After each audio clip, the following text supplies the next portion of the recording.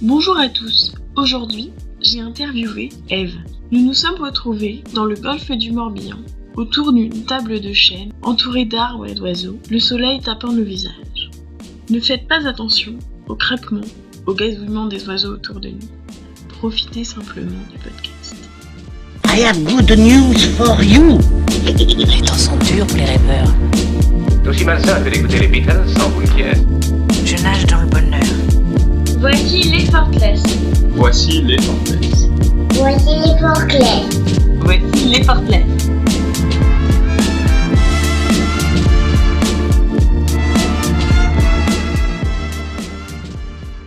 Bonjour Eve, comment te présenterais-tu pour ce petit podcast ?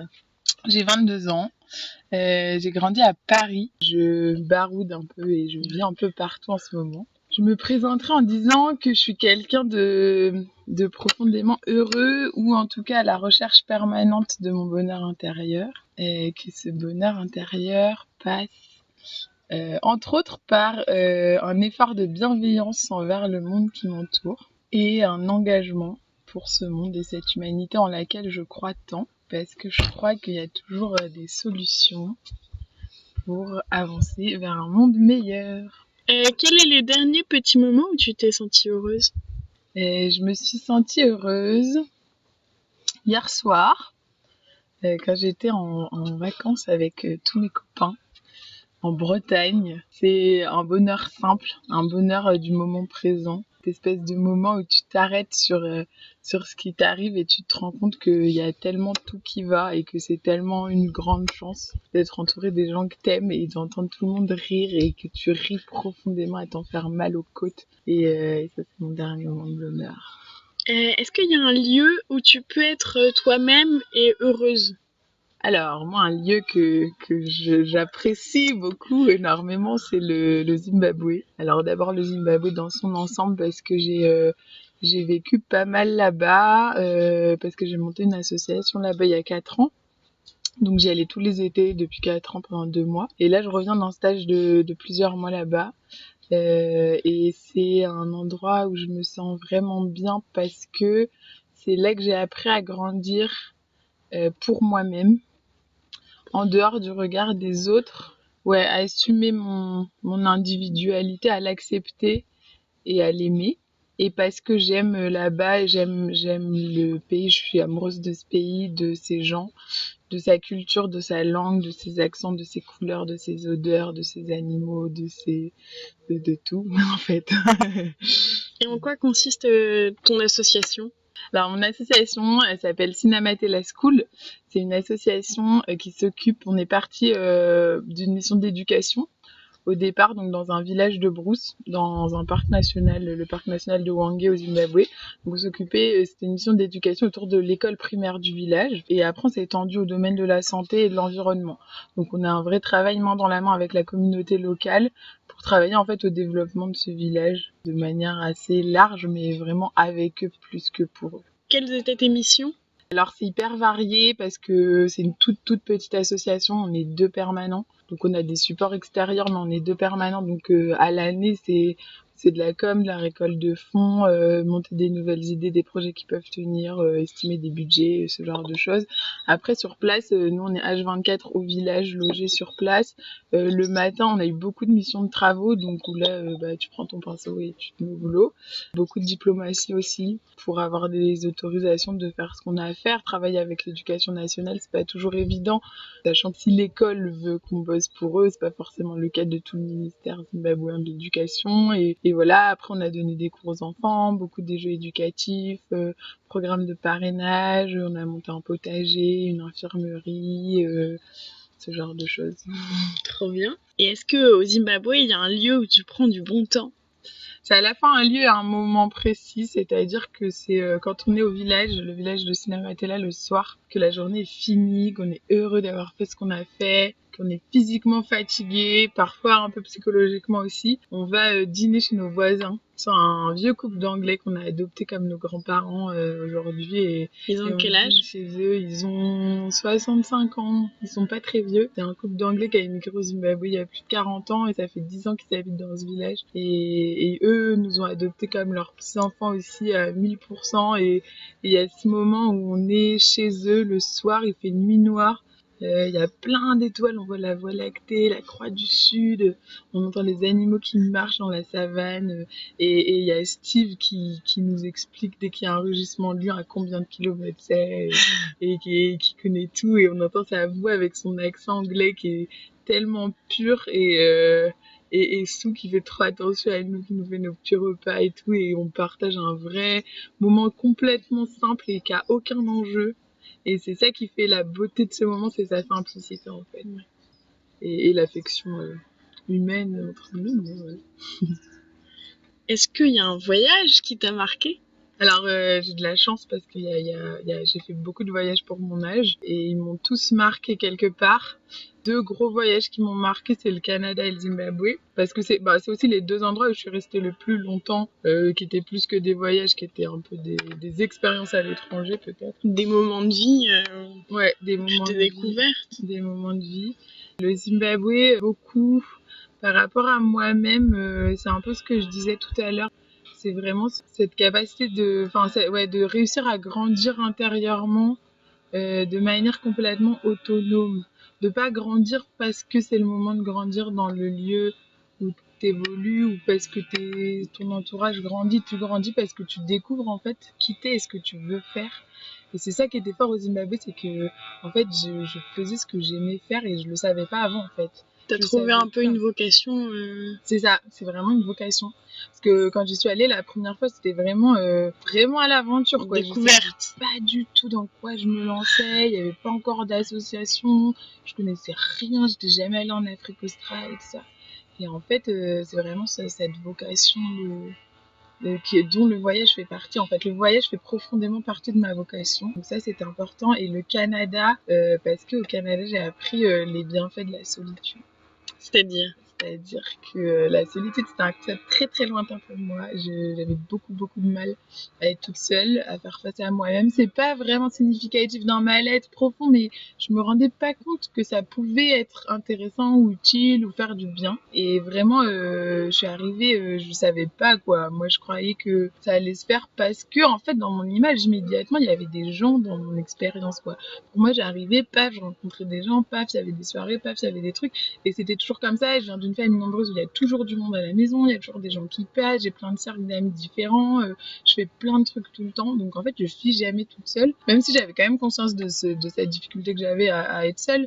Mais donc du coup, d'apprendre à être seule, parce que quand tu te retrouves dans un pays que tu connais pas, où tu connais personne, que tu es dans une chambre de 10 mètres carrés, il y a un moment où il faut accepter le fait d'être tout seul. Donc mon corps a pas trop bien accepté au départ, j'étais un peu malade et tout, ça marchait pas très bien. Et en fait, d'apprendre à aimer ça, quoi, à aimer être seule parce que c'est un moment que tu t'accordes à toi-même où tu peux faire plein de trucs en fait.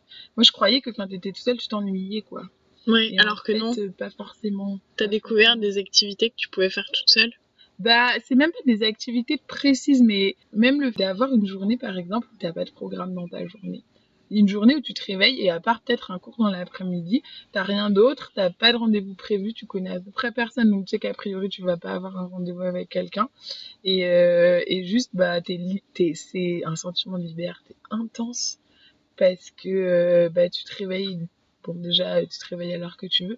Et après, tu te dis, qu'est-ce que je vais faire aujourd'hui? Et là, tu as une infinité de possibles devant toi, où personne a à être d'accord ou pas avec ce que tu vas faire, où tu as à prévenir personne de ce que tu vas faire. Juste, c'est toi, ta vie, tout seul. Tu fais ce que tu veux, et c'est ouf. En solitude, comme sentiment de liberté, ouais. Donc voilà, ça m'a marqué pas mal. Trop bien. Alors, est-ce que tu as une anecdote particulière et amusante à nous raconter? D'un voyage au Zimbabwe, un truc super drôle et à la fois intéressant qui nous est arrivé, c'est qu'on était au village à Sinamatela. Et en fait, il y avait une jeune fille qui allait se marier loin dans le pays, donc personne du village pouvait aller à son mariage. Donc il y avait une espèce de fête pré-mariage. Donc c'était un peu la dernière fois qu'elles allaient la voir avant qu'elle se marie et tout, qui s'appelle une kitchen party. Oui. Donc nous on a été invités, chose qui est ouf, enfin nous on était trop contentes parce que ça a montré que les femmes elles nous acceptaient vraiment dans leur communauté de femmes et donc c'était une fête réservée aux femmes, ça c'est important de le dire. Donc on avait rendez-vous à l'école, qui est un peu la salle de réunion quoi. On avait rendez-vous à l'école, on savait pas trop à quoi s'attendre, on savait qu'il fallait ramener des plats et un torchon. Donc en fait, Kitchen Party, on s'est dit bah ça va être des cours de cuisine pour la future mariée, enfin un truc de ce genre-là sans vraiment savoir, mais voilà. Sachant que l'école est en plein milieu du village, enfin voilà. Et là, on arrive dans cette salle où il y a toutes les femmes du village. Donc, que nous, on connaît toutes. On les connaît soit directement, soit par leur mari, quoi. On sait qui est qui, la femme de qui, quels enfants et tout ça. Et on voit qu'il y a des rideaux aux fenêtres et tout ça, machin. Donc, truc un peu intimiste. On sait pas trop ce qui va se passer. On s'assoit sur des bancs. On nous donne un programme où il y a écrit prière, discours, prière, discours. Donc, les prières commencent, on loue Dieu et tout ça. Ok, super. Et là, les discours commencent. Et en fait, le but était d'apprendre, de montrer même à la future mariée toutes les positions sexuelles possibles et imaginables, satisfaire le mieux son mari. Et il y a cette espèce de fossé culturel où tout d'un coup tu vois la grand-mère que tu vois tous les matins devant l'école avec ses petits-enfants qui est trop mignonne et tout, qui est carrément allongée par terre sur un paréo à faire des démonstrations de position sexuelle quoi. Donc hyper gênant pour nous parce que culturellement Parce qu'on n'a pas l'habitude. Voilà, on n'a pas du tout l'habitude et hyper gênant parce qu'on a des relations presque professionnelles avec beaucoup de ces femmes et que là je sais pas, on connaît leurs maris, on connaît leurs enfants, il y a des trucs, enfin c'est un peu trop quoi pour nous. Et ce moment où à la fin, pour nous ça dure 3 heures hein, quand même, c'est toutes les femmes. C'est long quand même. C'est long. Et encore on est parti avant la fin. Bah ça devenait pesant presque comme et ce côté où on sait que la future mariée en fait elle connaît, mais c'est traditionnellement il faut le faire quand même. Après, il y a aussi tout le truc de satisfaction du mari qui nous parle pas du tout, du genre pour satisfaire ton mari, tu dois le remercier à la fin, tu dois le faire tous les jours, t'es prête tous les jours et tout. Et voilà, et ce truc hyper sexuel, vraiment cru quoi, vraiment cru. C'est ça quoi la kitchen party. Et nous on s'y attendait pas, mais pas du tout. Et à la fin, la nana qui guidait la réunion, qui se retourne vers nous, qui dit vous en France, vous faites comment? Vous voulez nous montrer? Et nous, on était, mais pas possible. Et là, elle répond, ah oui, parce que vous, en France, culturellement, vous êtes trop prude par rapport à la sexualité pour faire ça. Et en fait, c'est marrant parce que ça pose cette question-là. Finalement, elles en parlent jamais. Mais quand elles en parlent, c'est 1000% complètement cru. C'est limite si on n'était pas tous à Walp à se montrer les trucs. Et en même temps, nous, on en parle hyper librement. Enfin, pour beaucoup d'entre nous, en tout cas à notre génération et tout entre nous. Mais jamais on irait jusque-là. Jusqu'à montrer des positions sexuelles avec ta grand-mère. Allongée par terre, intergénérationnelle et tout. Enfin, assez hallucinant. Voilà, et je me rappelle de revenir chez nous et qu'on avait un volontaire, un garçon du coup qui avait pas été invité et qui nous dit alors, et lui il était toujours sur ce truc de cuisine et de casserole quoi, et là on lui dit et on était tous mais complètement hallucinés quoi, hallucinés, en même temps expérience sociologique vraiment intéressante hein. Et le lendemain tu les recroises, elles sont là, elles font leur boulot, elles te sourient, c'est comme si jamais rien s'était passé quoi. C'était intéressant et rigolo quelque part aussi. Bah c'est pas habituel. Ouais, c'est très inhabituel et c'est ce caractère inattendu en fait. Je pense que si on avait su à quoi s'attendre ou si en disant autour de nous, on va à une kitchen party, on nous avait dit ah bah c'est comme ci comme ça. Mais là on était vraiment sur le truc de faire la cuisine quoi. Donc on est arrivé là-dedans surprenant et ces trucs complètement interdits aux hommes aussi où on a eu un problème de sono à un moment donné, il y a un homme qui a dû rentrer dans la salle pour réparer la sono et là tout le monde s'est mis à prier Dieu, louange et tout. Donc je sais même pas si les hommes sont conscients de cette tradition féminine en fait ou je sais pas très bien. Mais c'était spécial, ça nous a beaucoup marqué. Faudrait que tu leur demandes. Ouais. Alors, est-ce que t'as une musique pour te détendre ou te dynamiser? Alors, j'en ai plusieurs. Je change beaucoup. J'ai pas des chansons très particulières tout le temps. En ce moment, là, j'étais bien dans un trip zimbabwéen. Les copains qui jouent là-bas, ça me parle pas mal parce que ça me transporte. En fait, c'est ça, c'est des musiques toujours un point commun entre toutes les musiques qui peuvent être hyper différentes, c'est qu'elles me transportent quelque part où j'ai envie d'être, en fait. C'est ça qui va me faire du bien. Et là, en l'occurrence, en ce moment, qui est trop drôle, c'est une chanson d'un copain du Zimbabwe qui chante une chanson sur les singes. Genre vraiment, il a un humour qui, moi, me fait mourir de rire. Et à la fois, c'est une chanson et à la fois, c'est vraiment un délire humoristique, quoi. Donc ça, pour me dynamiser, ça me fait bien rire. L'ensemble de ces chansons sont assez drôles et me dynamisent bien. On l'écoutera après ta réponse. Super. Après, ouais, je suis pas mal en ce moment dans les chansons d'Afrique qui sont dans des langues que je connais pas, qui ont beaucoup de percussions et qui me font voyager et en même temps qui me font penser où j'ai pas besoin de m'attacher aux paroles parce qu'en fait je les comprends pas. Donc je suis déjà déculpabilisée de faire un effort pour comprendre ce qu'ils disent et d'office. Tu restes sur la rythmique et sur ce que tu ressens plus que sur ce que tu comprends.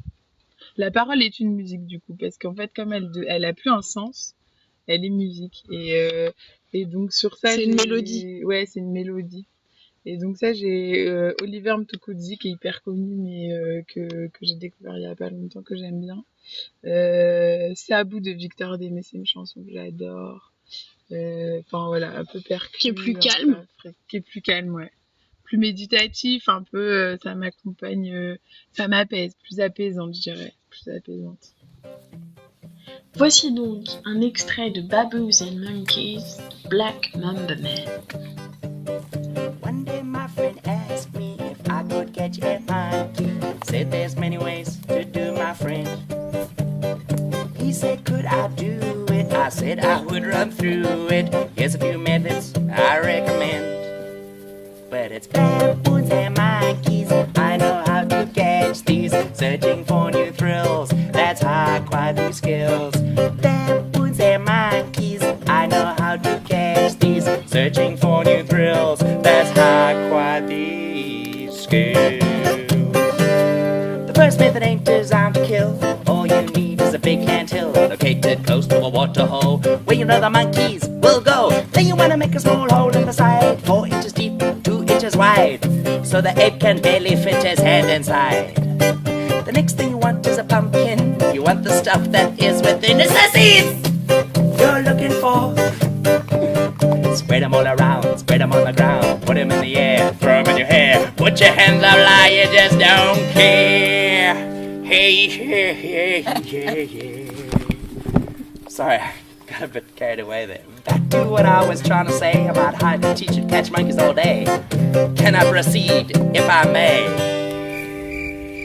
Okay, the aim of this exercise, get the monkey to put his hand inside. Going for the seeds he can't resist. Grabbing them, they're making a fist. You see, when he makes a fist in the hole, he's too greedy to let go of all the seeds in his hand. I've got him pretty much jammed and he can't quite understand. This is not what he plans, and he says to himself, I'll be goddamn, because the ape has never fallen for such, and this is all way too much, and he's completely losing his mind like this. You got 1 minute, you don't have long before he figures out how to move his arm. So hurry up, but stay calm, because ape is a very dangerous thing, so please approach with extreme caution. Many monkey trapper die before the age of 12. Cause it's baboons and monkeys. I know how to catch these. Searching for new thrills. That's how I acquired these skills. Baboons and monkeys. I know how to catch these. Searching for new thrills. That's how I acquired these skills. Et tu parles des langues du Zimbabwe?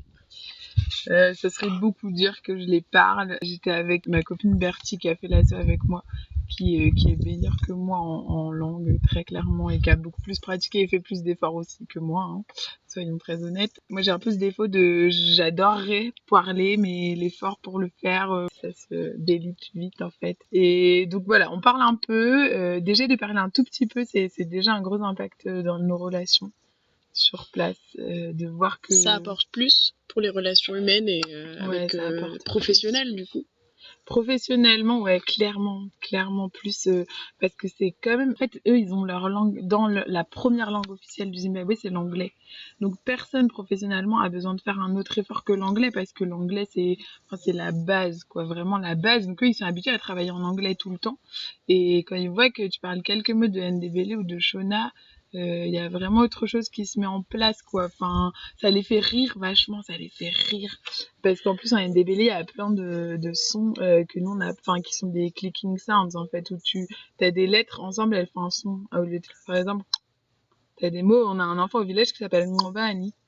C'est son prénom. Donc à chaque fois qu'on l'appelle, nous, on va pas l'appeler Nobani, on va l'appeler Mbani. Mais en fait, c'est simple, il y en a 3 différents. Moi, je t'avoue que je fais pas complètement la différence. Et là, sûrement, c'est un Zimbabwe en m'entend, il se fout de ma gueule, quoi. T'essayes, il y a quand même cette bienveillance, ça les fait beaucoup rire.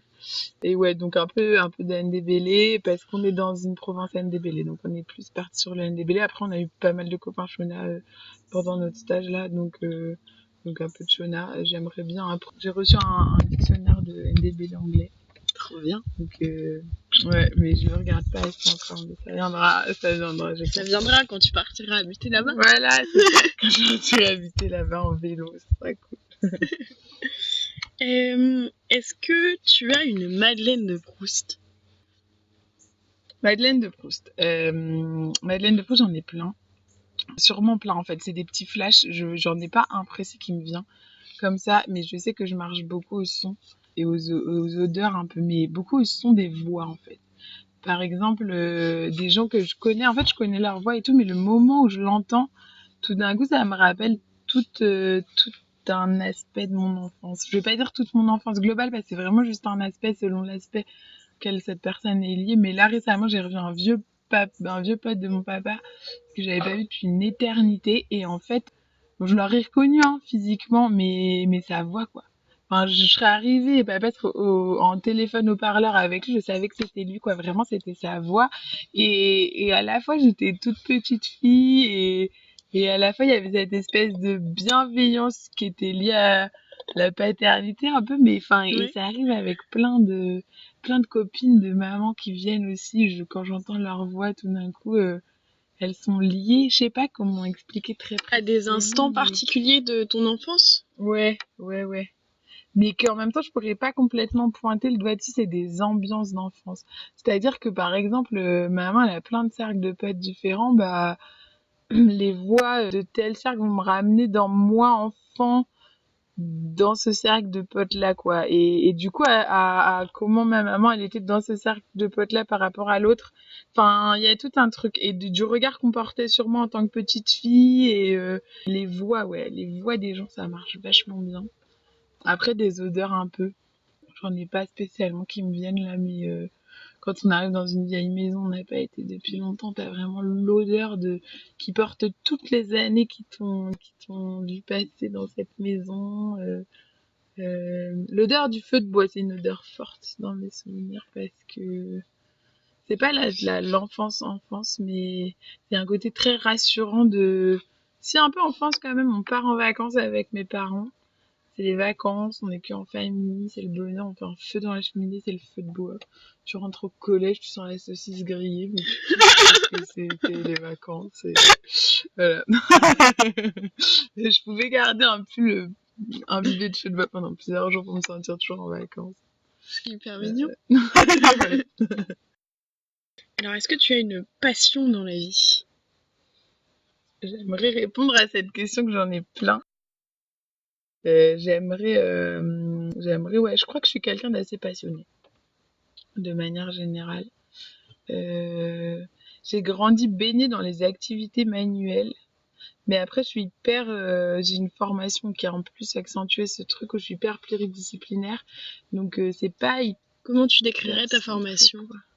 Ben, j'ai fait une licence en humanité, donc en fait c'est une licence où on a plein de matières différentes. On a 2 grands axes qui étaient la philosophie et la théologie. Et après, plein d'autres trucs, du droit, de la socio, de la psycho, enfin des langues. Et donc ce côté où... Et c'est ça en fait, quand je suis sortie du bac, moi c'était j'aime tout. Mais je veux tout faire en fait. C'est pas je veux rien faire, c'est je veux tout faire. Et encore aujourd'hui, je vois ma vie et je me dis mais ça va être trop court pour faire ce que je veux faire. Donc même si je suis passionnée de ce que je fais à chaque instant, c'est beaucoup dire, hein, je suis un être humain comme les autres, mais j'ai pas d'éléments qui me définissent particulièrement, je crois pas. Enfin, par exemple, j'ai fait de la poterie pendant 10 ans. Je sais que pendant ces 10 années-là, j'étais passionnée. Aujourd'hui, j'ai pas du tout le bagage en céramique pour dire je suis une passionnée de poterie parce que ça fait plus partie de ma vie actuelle. Mais je suis passionnée. En ce moment, je dirais que je suis passionnée par la société qui m'entoure, par ce qu'elle va devenir et dans quelle mesure on est acteur de ce que cette société va devenir, moi comme les autres. Et ça, c'est surtout aussi tourné autour de ton master.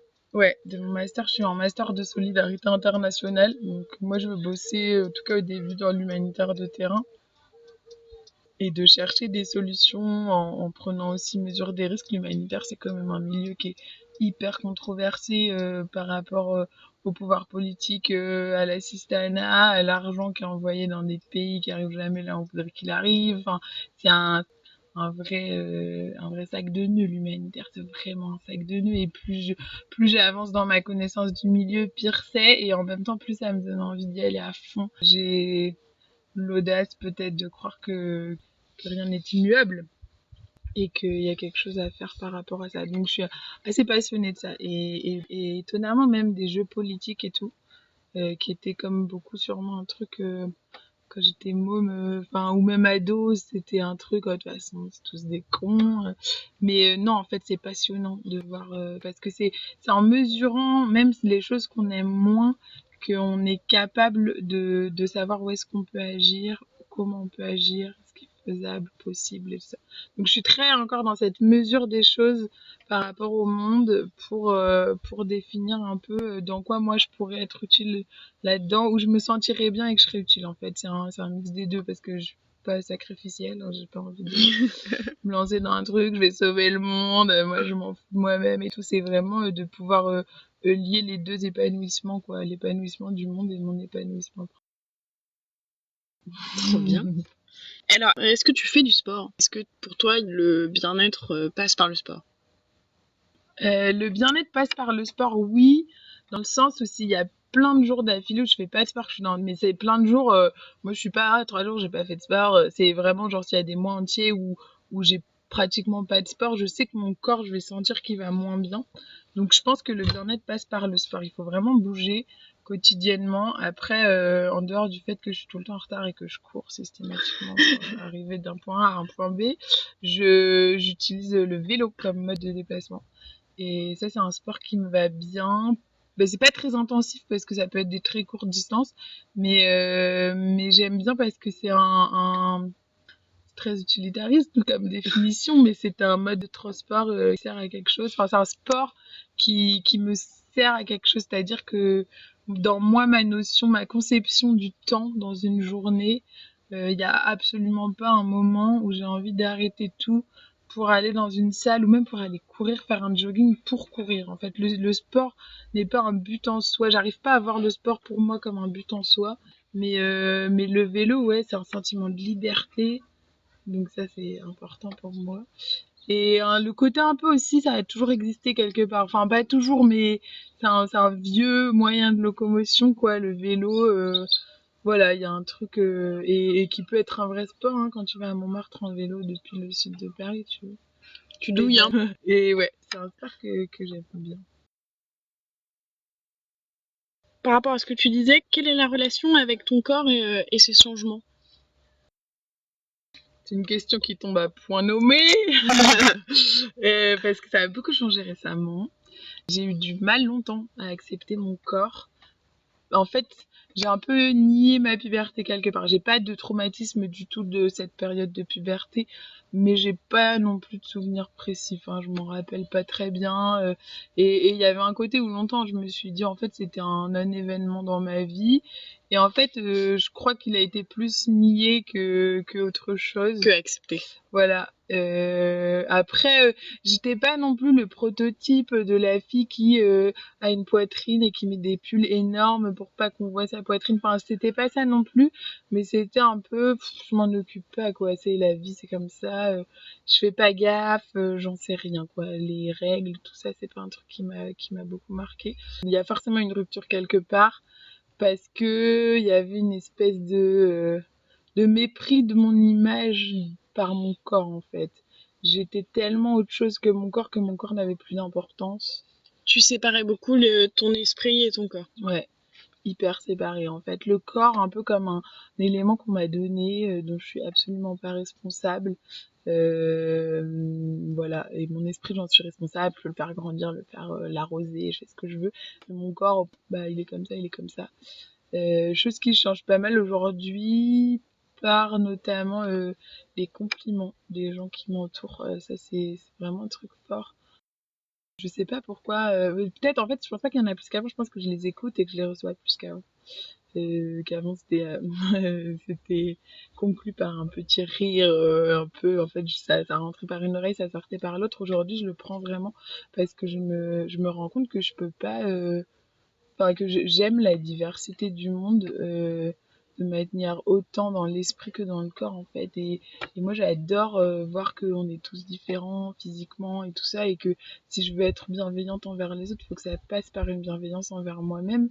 C'est un chemin qui se fait sur ces deux côtés là et donc voilà, donc là moi mon expérience au Zimbabwe est de voir justement quand j'étais au Zimbabwe que la vision du corps était hyper culturelle en fait.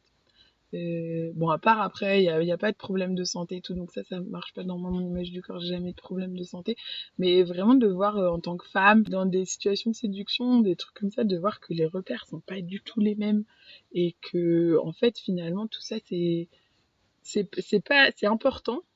Ça veut pas dire que c'est pas important. C'est nous qui plaçons le curseur sur ce qui est beau, ce qui est moche, ce qui va, ce qui va pas, et de voir, en fait, d'expérimenter ce truc quand on dit ton corps il est beau quand tu te sens bien dedans, qui est une phrase qui peut sonner un peu cliché, un peu magazine beauté, et ben en fait de l'expérimenter vraiment pour voir que en fait c'est assez vrai. C'est assez vrai. Donc ouais, de se sentir bien dans son corps et de se réconcilier avec une part de féminité aussi. La féminité est vue différemment au Zimbabwe? C'est pas la féminité qui est vue différemment, mais les critères de la femme belle sont tellement pas les mêmes. Alors après, voilà, c'est toujours des grandes généralités, hein, parce qu'il y a des mecs qui vont avoir les mêmes que les critères européens et des mecs européens qui vont pas du tout avoir les mêmes critères que dans des parties du corps, quoi. Par exemple, je sais pas, des trucs, une femme qui a des fesses, trop bien, et en fait, il y a un côté où nous, on a quand même dans la société occidentale, et par ce prototype de la femme avec le modèle de Barbie et tout, d'avoir des mensurations qui sont impossibles, quoi. Quand t'entends ça, t'as joué avec des poupées qui te faisaient rêver, c'était tes modèles et tout, donc forcément, même si t'en as pas conscience, c'était aussi ton modèle physique, qui a des mensurations qui ne sont pas possibles pour le corps humain. Moi, j'ai trouvé ça hallucinant quand j'ai appris ça. Bah, en fait, dans une quête justement de liberté et de bienveillance, tu dois toi-même te réconcilier avec ton corps et accepter que c'est pas quelqu'un d'autre qui va te dicter ce qui est beau, ce qui est moche et tout ça. Et que si ça plaît pas à quelqu'un, ça plaira à quelqu'un d'autre. Et de toute façon, on peut pas plaire à tout le monde et tant qu'on se plaît à soi-même, c'est le premier pas. Alors, qu'est-ce que tu penses du bien-être marketing qui impose une routine healthy, bien manger, pas faire d'excès, faire du sport? Alors, dans une recherche de bienveillance, je dirais que ça ne... Juste, je lis pas. En vrai, c'est pas tout à fait vrai parce que c'est un truc que je méprise un peu quand même. Tu ressens une pression? Non, je crois qu'aujourd'hui, je suis vraiment détachée de cette pression-là. Enfin, ça me parle pas, c'est pas mon monde, c'est pas mon univers. Après, j'ai quand même un peu de mépris pour ça dans le sens où ça peut être, pas toujours, il y a sûrement des choses qui sont très bien faites et je m'y connais pas du tout assez, mais ça peut être un moyen aussi de véhiculer des idées toutes faites sur ce que c'est d'être belle et tout, qui me vont pas trop parce que je crois qu'on est... Enfin voilà, c'est nous-mêmes et les gens qui nous aiment qui vont nous dire ce qui est bien en fait, ce qui nous rend bien, surtout nous-mêmes en fait. Le bien-être, personne ne peut surtout pas un magazine ou une société anonyme va me dire comment me sentir bien. Après, sûrement découvrir des choses par ça, mais j'avoue que je suis pas du tout connectée à cet univers-là, vraiment pas. Je suis pas sur les réseaux sociaux à part Facebook et c'est pas du tout le genre de truc auquel je m'abonne. Je suis pas du tout consommatrice sur la mode, produits de beauté et tout. Pas trop mon truc quoi.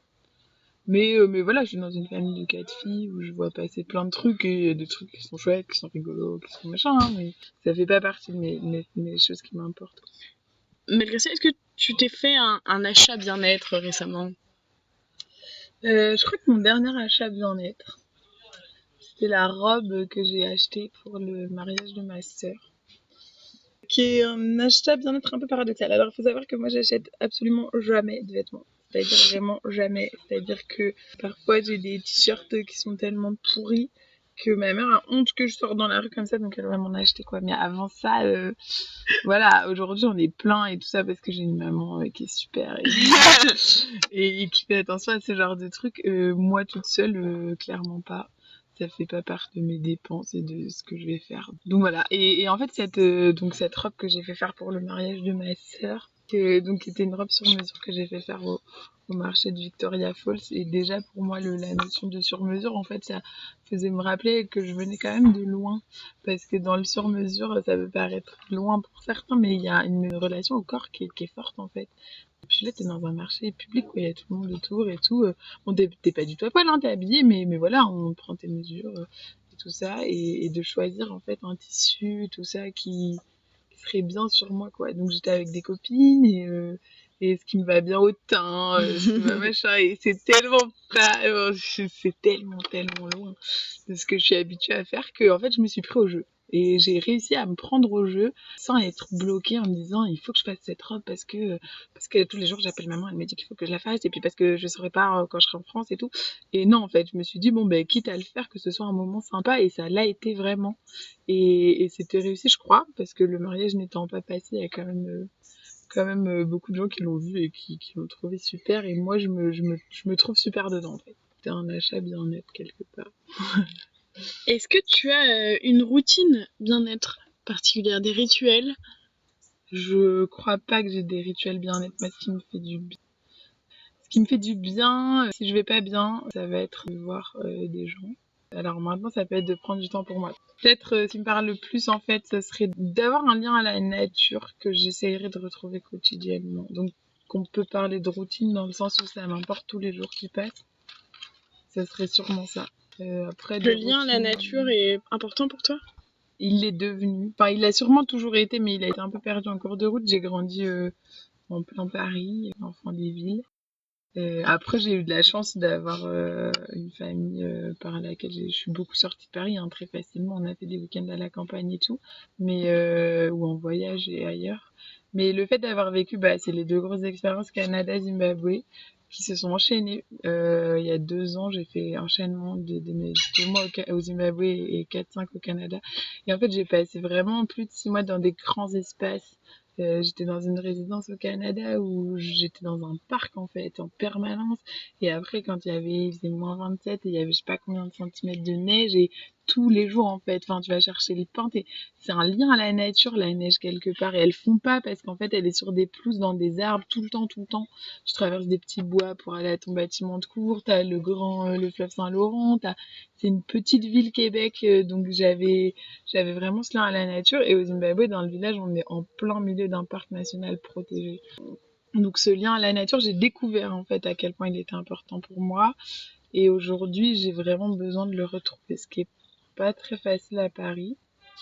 Mais ouais, j'en ai vraiment besoin pour mon bien-être.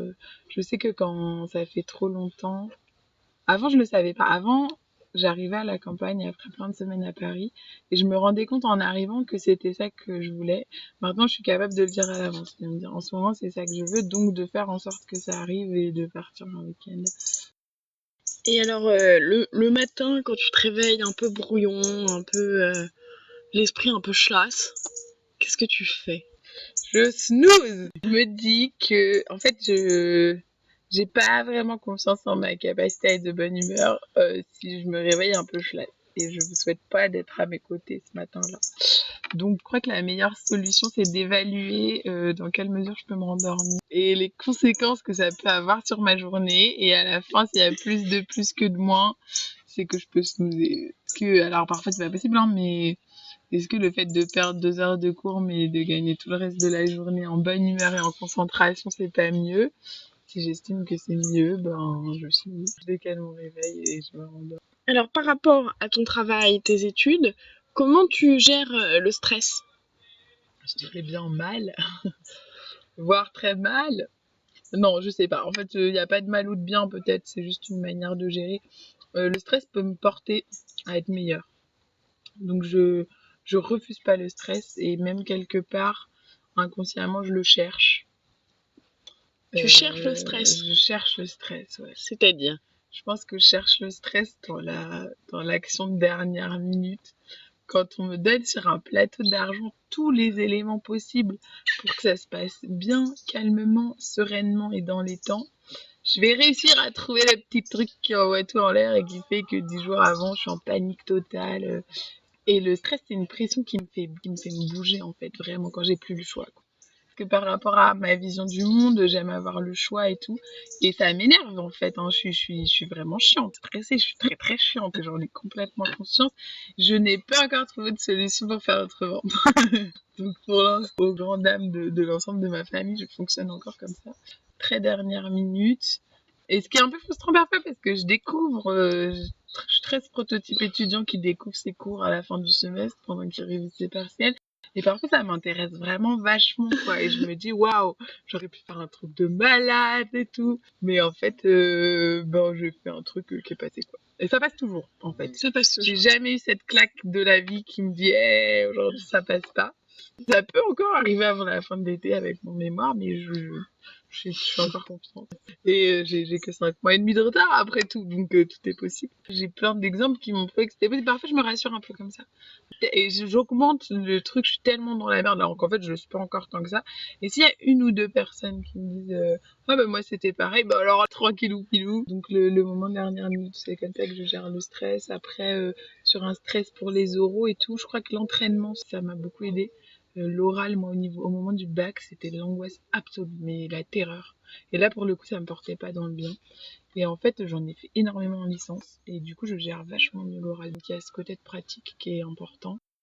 Et par rapport à ton boulot au Zimbabwe, il y a beaucoup de stress quand même quand dans une association, dans des relations professionnelles, ou ça va? Bah, en fait, le problème, c'est qu'en soi, ça pourrait aller très bien. Mais je crois que je vais pas m'engager pour elle, hein, mais j'aurais tendance à dire que l'amie qui fait cette asso avec moi fonctionne un peu pareil que moi sur ce truc de chercher le stress. Donc on se retrouve assez régulièrement dans la merde de dernière minute, mais c'est vraiment les montagnes russes, quoi. Donc on a des moments où c'est hyper cool, chill total, on fait pas grand chose pendant quelques semaines, et puis tout d'un coup, et ça tombe évidemment. Tout tombe dessus. C'est ça, tout tombe dessus. Mais évidemment, sinon ça serait pas drôle, c'est qu'à la fac tout tombe dessus. Et donc en fait, t'as 3 mois pépouze, tu fais que voir tes potes.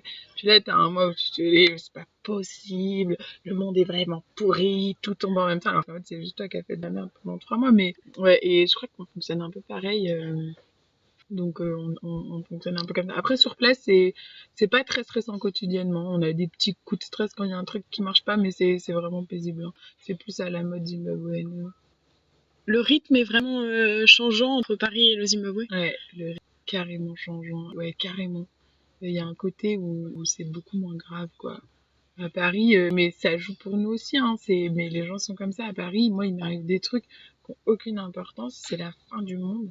Au Zimbabwe, c'est plus cool. T'as l'impression que le temps est plus long. Tu peux faire plus. Enfin, il y a une espèce d'infinité du temps. Le temps est pas le même et ça me va bien comme rythme, en fait. Il y a un côté, tu donnes rendez-vous à quelqu'un, si tu peux pas y aller, c'est pas grave, tu iras le lendemain, il sera là aussi, quoi. Enfin, c'est pas grave, en fait. Il y a ce côté où c'est pas grave, ça arrivera quand ça arrivera et le rythme Plus change. tranquille. Plus tranquille, ouais, nettement plus zen. Et alors, le week-end, est-ce que tu as des activités particulières pour profiter de la vie? Je vais voir mes copains. Le week-end, je vais voir mes copains. En fait, c'est un peu nul parce que je les vois aussi un peu toute la semaine. Je profite de la vie un peu tous les jours. Mais ils sont plus dispo le week-end parce qu'ils sont parfois plus raisonnables que moi, pas toujours. Mais ouais, donc non, le week-end, si, c'est le moment où tu peux retrouver tout le monde et sortir, mais sans culpabiliser d'avoir cours à 9h le lendemain. Donc ça donne quand même une autre dimension au truc où tu peux plus te lâcher un peu. Ouais, j'ai quand même des week-ends qui peuvent être beaucoup orientés sur le soir, quoi. Mes journées de week-end, elles sont pas très 9h, 18h, elles sont plus 14h, 2h. C'est plus ça le rythme. Pas spécialement très tard, mais ouais, ça s'oriente plus sur qu'est-ce qu'on va faire ce soir. On se retrouve. Et tu vas dans les bars en soirée Ouais, je suis pas très boîte. Moi, je suis bien avec mes potes, pas que pour moi, enfin, c'est ouvert, mais quand je suis avec eux, je veux les voir, quoi. J'ai pas envie d'être dans une boîte où c'était ouf ce qui nous est arrivé, mais en fait, on s'est pas vu de la soirée. Ça me parle pas. Moi, j'aime bien, il y a le côté un peu chill, quoi. On va en terrasse, on boit des pintes. Si en plus on est en été, c'est cool. Si en plus c'est pas cher, c'est encore plus cool. On est bien, on parle, on devient pompette, on parle plus fort, on refait le monde, on chill ensemble. Tout ça à base de bière. Tout ça à base de bière presque exclusivement. Et alors, est-ce que tu te sens libre? Qu'est-ce que pour toi la liberté? Je me sens libre. J'ai cette chance-là de me sentir très libre. La liberté pour moi, c'est de parvenir, même si c'est encore sur une route et que c'est pas l'aboutissement, mais à une cohérence entre ce qui se passe entre mes principes, mes valeurs, mes objectifs et mon quotidien. Quand j'ai des périodes où je fais pas ce que je veux faire en fait, où je procrastine, que je fais rien, que je regarde des trucs sur l'ordi alors que j'ai plein d'autres choses dans la tête, en fait c'est pas que je me sens pas bien, c'est que je me sens pas libre quoi, parce que parce que je fais pas ce qui me tient à cœur. Et ma liberté elle se situe là, quoi. J'ai 22 ans et que je peux voir ce que j'ai fait comme correspond à ce qui m'importe et comme quelque chose que même si j'ai fait des erreurs, je regrette pas parce que ça fait partie de mon chemin. Et bah là, je me sens libre en fait. Je me sens libre dans cette cohérence-là. Donc, On parlait aussi de la liberté de parler, de pouvoir dire ce qu'on veut à tous les moments qu'on veut. Là, il y a eu des élections au Zimbabwe. ouais. Quelle était du coup la relation avec tes potes qui t'envoyaient des textos en disant bah là, je suis désolée, je peux pas t'en parler. Ouais, j'ai reçu ça à un moment donné qui m'a pas mal choquée parce qu'il y a ce truc qui est important pour moi de pouvoir s'exprimer sur ce qu'on veut. On a de la chance d'avoir grandi en France dans un univers ultra bienveillant où j'ai pu toujours exprimer ce que j'avais envie de dire et que quand je pouvais pas, je le forçais un peu pour pouvoir le faire, mais que c'était jamais très bloqué. Ouais, ça c'est du coup la non-liberté dans le rapport à l'autorité qui est hyper difficile pour moi. Le rapport à l'autorité est vraiment lié à un manque de liberté et j'arrive pas encore, même si j'ai conscience que ça existe, à voir une liberté sous autorité. Pour moi, c'est impossible, quoi. Enfin, vraiment. C'est-à-dire C'est-à-dire que je suis libre de faire ou pas faire quelque chose, mais si on me dit de le faire ou de pas le faire, j'ai besoin encore de prouver que je suis libre de faire l'inverse de ce que tu me dis, quoi. Vraiment. tu te braques contre l'autorité? Ouais, carrément. Carrément, je me braque. Et ça, c'est un manque de liberté, en fait, paradoxalement. Donc, voilà. Comment ça? Parce qu'en fait, j'arrive pas à me détacher complètement de l'autorité pour me dire, je suis libre. C'est pas parce qu'on me dit de pas le faire que je le fais pas parce qu'on me le dit. Tu vois, si on me dit, j'en sais rien, moi, mange pas de pain, ben, je peux me dire, je mange pas de pain parce que j'ai choisi de pas manger de pain, pas parce qu'on m'a dit de le faire. En fait, aujourd'hui, je suis encore obligée de manger du pain juste parce que tu m'as dit de pas en manger. Très clairement, en fait, tout est clair, quoi. J'ai besoin de faire l'inverse parce qu'on me dit, mais tout le temps. Enfin, j'ai besoin, ouais. C'est mon premier réflexe, quoi. Et c'est complètement con parce qu'en fait, parfois, on te dit des trucs qui ont un sens. Ça n'a pas de sens. Mais ouais, donc je suis encore dans complètement ce truc de contrarier l'autorité, de m'envoyer bouler parce que ma liberté se situe dans cette capacité à dire non. Comment tu gérais cette liberté pendant les 37 ans de dictature républicaine de Mugabe au Zimbabwe? Si tu ressentais cette pression, t'es imposée à toi ou à tes amis? En fait, je la ressens pas directement sur des individus parce que j'étais entourée de gens relativement libres dans leur tête.